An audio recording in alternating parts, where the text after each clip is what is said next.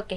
నాది ఇంకొక డౌట్ కూడా ఉండింది. ఇంతకుముందు మీరన్నారు ఎమ్మెల్యే గారు గనక సినిమా ఆపించేస్తే ఆగిపోద్దని చెప్తే మేము కూడా ప్రిపేర్డ్‌గా ఉన్నాము. మేము మా అభిమాని మేమందరం అభిమానులు. అవును. మా హీరో యొక్క సినిమాని ఆపేస్తే మేము ఊరుకోము అని అన్నారు. అవును మేడం. అంటే మీరు అప్పటికి రెడీగానే ఉన్నారు. ఒకవేళ ఏదైనా వివాదం జరిగితే అవును మేడం. మీరు కూడా అలర్ట్ గానే అంటే ఉన్నారు. మా హీరో సినిమా ఆడాలనే చూస్తాం కదా మేడం. ఖచ్చితంగా. ఖచ్చితంగా. ఇప్పుడు తల్లిగారికి సంబంధించి ఇంత మాట ఆయన అన్న తర్వాత కొంతమంది అంటున్న మాట, ఎందుకు బయటకొచ్చి గట్టిగా మాట్లాడలేకపోతున్నారు? తప్పించుకుని అటు ఇటు తిరుగుతున్నారు. ఇక్కడ ఇంత గొడవ జరుగుతుంటుంటే ఆయన బెంగుళూరు వెళ్ళాల్సిన అవసరం ఏమొచ్చింది? అనంతపురం నుంచి హైదరాబాద్ ఎందుకు ఇట్లా ట్రావెల్ చేస్తున్నారు? తప్పించుకుని తిరుగుతున్నారా? ఫోన్ స్విచ్ ఆఫ్ చేస్తున్నారా? ఇది కూడా బయట నడుస్తున్న ఒక వెర్షన్. మీ సమాధానం ఏంటి? ఇప్పుడు మేడం ఈ ఆడియో ఎప్పుడు బయటకు వచ్చిందో అప్పటి నుంచి నా వెనకల ఇంకా చెప్పకూడదు అలా తిరుగుతున్నారు. నేను అక్కడ ఉన్నాను అనుకో, నేను ఈ ఫేక్ కాలని ఒప్పుకోవాలి. ఫేక్ ఆడియో అని నేను మళ్ళీ ప్రెస్ మీట్ పెట్టాలి. ఎన్టీఆర్ ఫ్యాన్స్లో నేనేమైపోతా, అప్పుడు నేను ఫేక్ అయిపోతా. అంటే బలవంతంగానైనా మీతో ఒప్పించాలని చెప్పించాలని అనుకుంటున్నారు. అవును. ఓకే. నా కోసం వాళ్ళు చేయని ప్రయత్నాలు లేవు మేడం. నేను ఆ ఉద్దేశంతో ఎందుకు ఇక్కడ ఉండడము, ఒక 2-3 రోజులు పక్కన ఉంటే ఇది కొంచెం సైలెంట్ ఉంది, తర్వాత మనము పరిస్థితులు సద్దుమణుగుతాయి అనుకుంటున్నాను. తర్వాత మనం మాట్లాడచ్చు, లేదా ఎస్పీ గారిని కలవచ్చు. ఇంకోటి, నేను మా మిస్సెస్ ఎంప్లాయ్ మేడం, కానిస్టేబుల్. ఆ అమ్మాయి కూడా కాల్ చేశారు.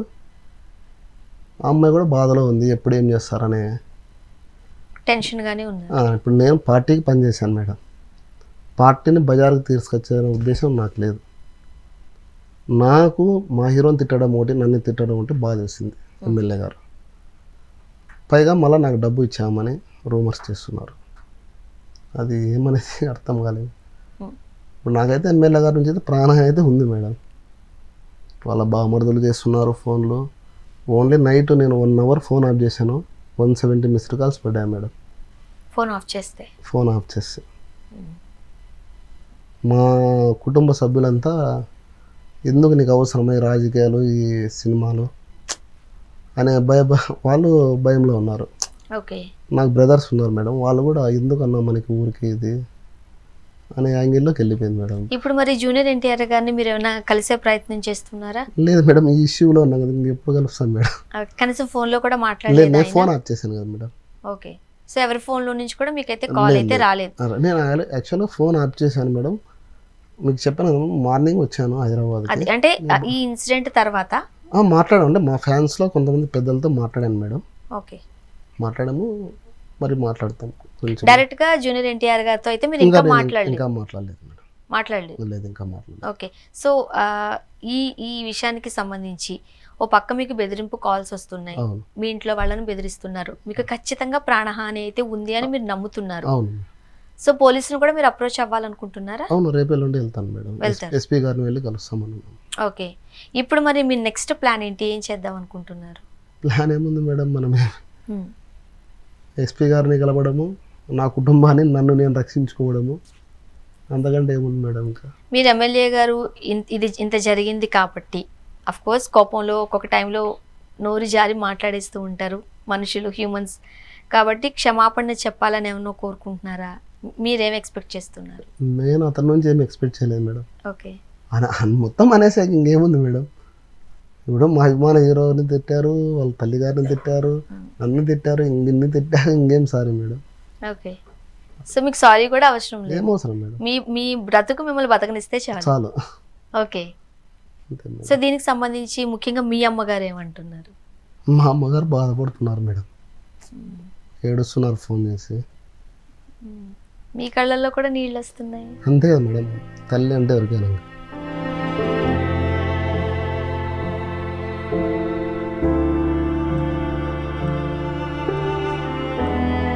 అంటే ఇప్పుడు బాధపడకండి. పర్లేదు మేడం, ఇంతైంది కదా మేడం, ఇంకేమవుతుంది.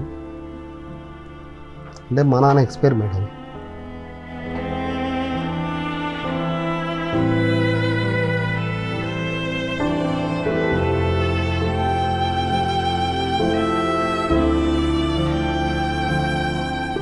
మీరు ఎంతమంది అండి సిబ్లింగ్స్? మేము ముగ్గురు మేడం. అంటే నేను మా అన్న ఉన్నాము.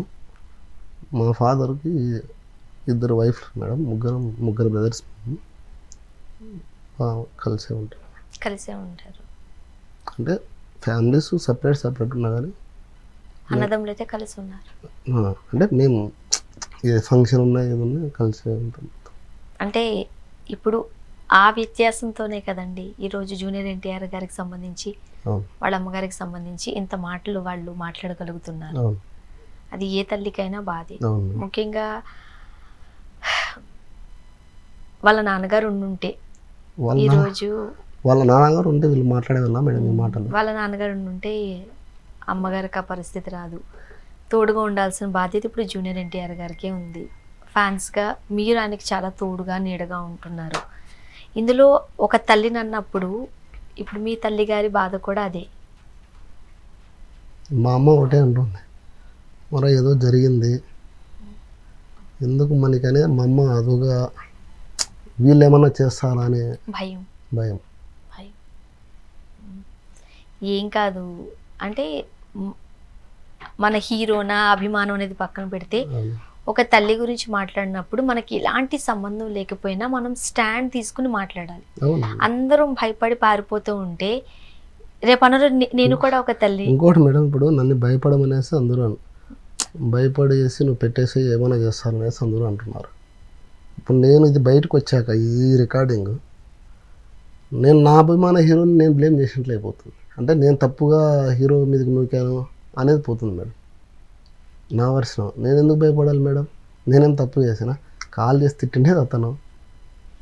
నాకైతే భయం ఉంది. ఏమి మా ఫ్యామిలీని ఏమైనా టచ్ చేస్తారనే భయం ఉంది, లేదని చెప్పను. అది చూడాలి మేడం, మరి ఎంతవరకు వెళ్తుందనే చూడాలి. ఒకవేళ నిజంగానే అంతకు తెగించి బెదిరిస్తే మీరు ఏమన్నా సైలెంట్ అవుదాం అనుకుంటున్నారు? ఇంకా తెలిసింది అందరికీ తెలిసి ఇంకేం సైలెంట్ మేడం, ప్రాణాలు పోతాయి పోనీ అంతే, అంతకంటే ఏం చేస్తాం మేడం. అంటే కుటుంబాన్ని అడ్డుపెట్టి అట్లా ఏమైనా మిమ్మల్ని బెదిరిస్తారేమో అనే భయం ఉందా? ఉంది మేడం, కానీ మా బాబాయ్ వాళ్ళకి కూడా అందరూ కాల్స్ చేస్తున్నారంట. ఏం జరుగుతుందని చూడాలి మేడం. మరి సో అమ్మగారు అయితే ఇవన్నీ వద్దు అంటున్నారా? వద్దు అని కాదు మేడం, నాకేమన్నా అవుతుందనే భయంలో ఆమె నేర్చుకుంటూ కూర్చుంది. మా అన్న కూడా మార్నింగ్ ఇప్పుడు వచ్చాడు ఇక్కడికి, వేరే ఫంక్షన్ ఉంది కజింది. అంటే ఒక 2-3 డేస్ ఎలాంటివి ఉంటాయి టెన్షన్స్, బట్ ధైర్యంగా ఉండండి, ఏం కాదు.